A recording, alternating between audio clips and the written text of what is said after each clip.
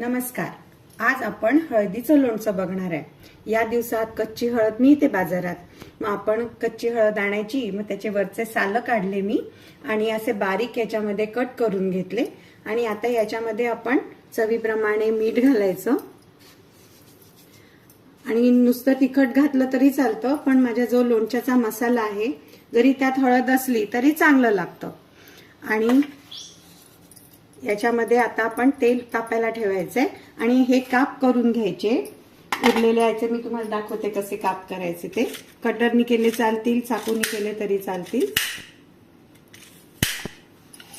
आणि हळद ही अँटीसेप्टिक असते, त्याच्यामुळे ओली हळद पण फार छान असते.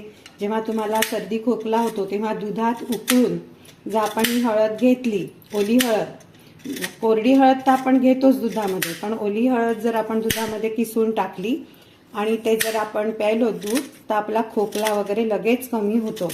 त्याच्यामुळे ही गुणकारी पण आहे. आणि याच्यात आपण आता लिंब पिळायचे.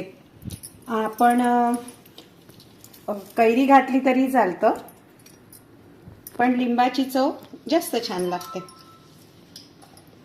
अंदाजाने लिंब घ्यायची. साधारण किती लिंब घेतलीये? 4-5 लिंब घेतली. आंबटपणासाठी. आंबटपणासाठी. तुम्हाला जास्त आंबट नको असेल तर आपण चव घेऊन बघून सुद्धा कमी जास्त करू शकतो. मी आता तेल तापायला ठेवलंय. तेलामध्ये जास्त काही घालावं लागत नाही. थोडीशी मोहरी आणि हळद, कारण याच्यामध्ये हळद असतेच, त्याच्यामुळे अगदी हिंग घालायचा. किंचित हळद आपण अगदी शास्त्रापुरती फोडणीत घालतो तशी घालायची, की आपलं लोणचं तयार.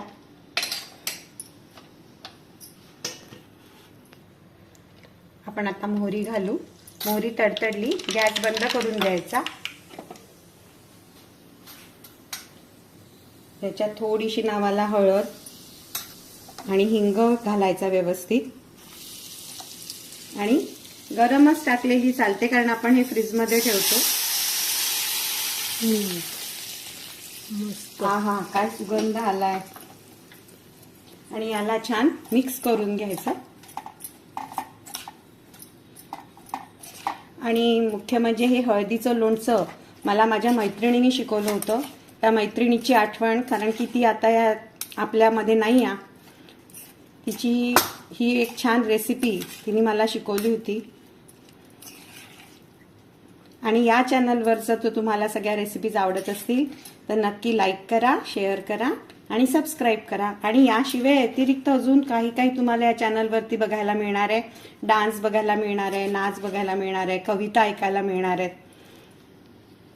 तर नक्की लाईक करा, शेअर करा आणि सबस्क्राईब करा. थँक्यू.